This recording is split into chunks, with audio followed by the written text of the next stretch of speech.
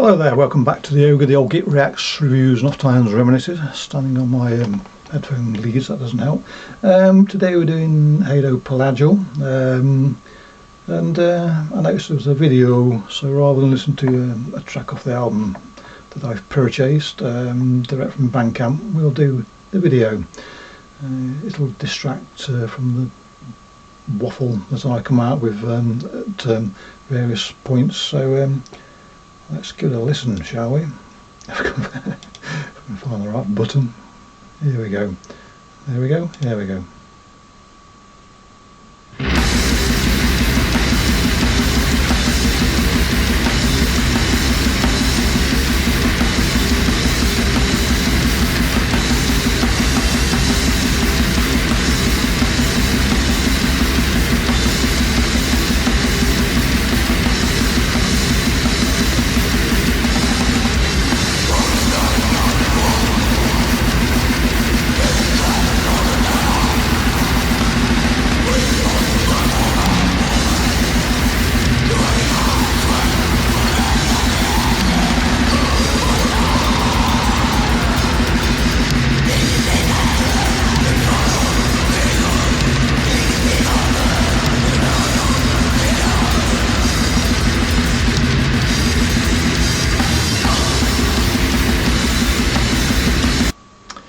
You know, often we describe extreme metal bands as relentless, but there are degrees of relentlessness, and you don't get more relentless than this by and large. It is just a surge of black. I mean that in the sense of darkness and of weight, really. I mean, I couldn't help myself. I had to look at what Hadopelagyal meant, and it does mean from the darkest depths of the ocean, and the band certainly does convey depth and pressure at depth. So you know, it is doing what it says on the tin.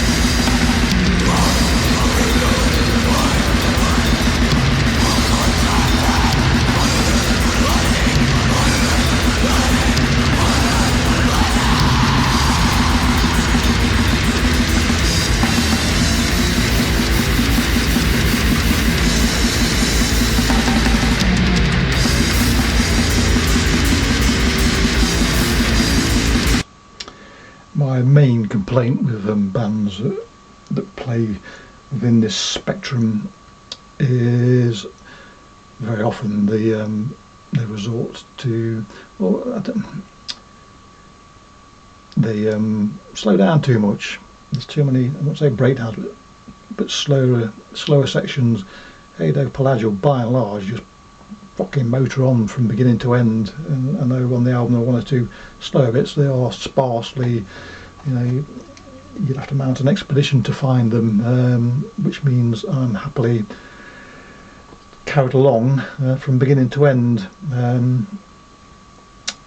So yes, if you're going to apply this sort of craft, do it this way, please.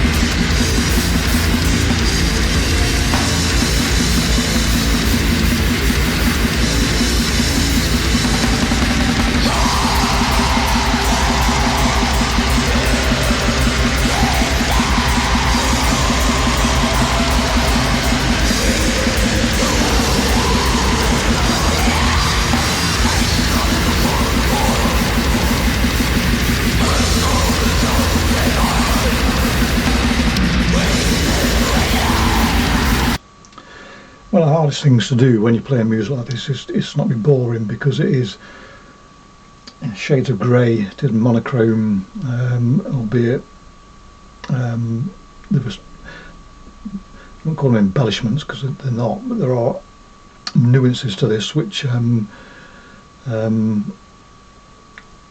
do make it a lighter grey, sort of. And I found that these lot I don't get bored by, and I'm equally happy with it, whether I'm sort of drifting off under this sheer sort of pummeling and drifting away on in a bit of a reverie, or whether I'm actually paying attention. Either way, I'm just sort of carried along with it happily, and you know, I don't. As I say, it's difficult when you're playing dark music like this, and to some degree, relatively speaking, featureless. So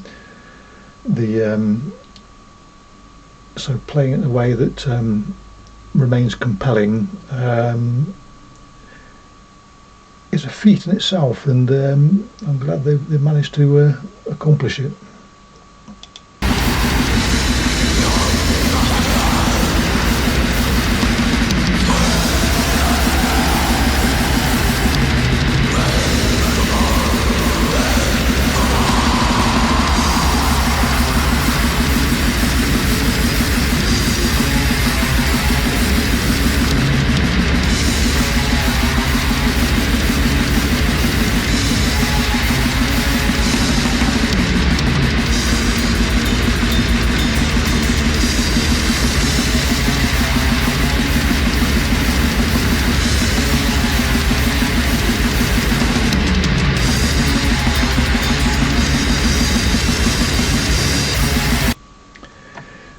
I said earlier that they don't embellish, but I'll use the word because it's probably the most convenient word to use about it. So that's the embellishments on this are kept simple, because it's primitive music, and the last thing you really want on music like this is some lightning Slayer-esque solo. I suppose it'd work, but it'd break the context for me.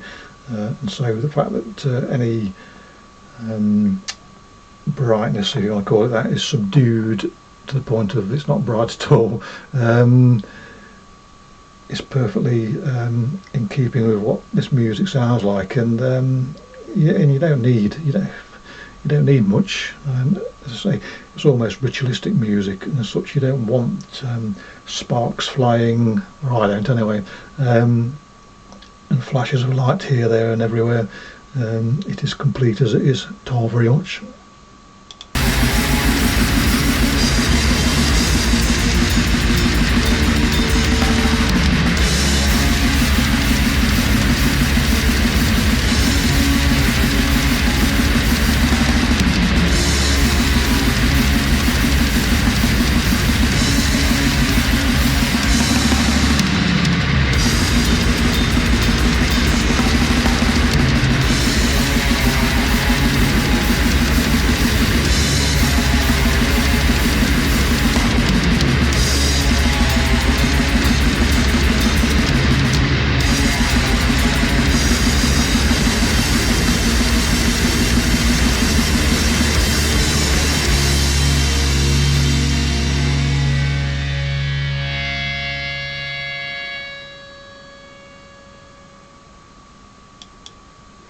So there you go.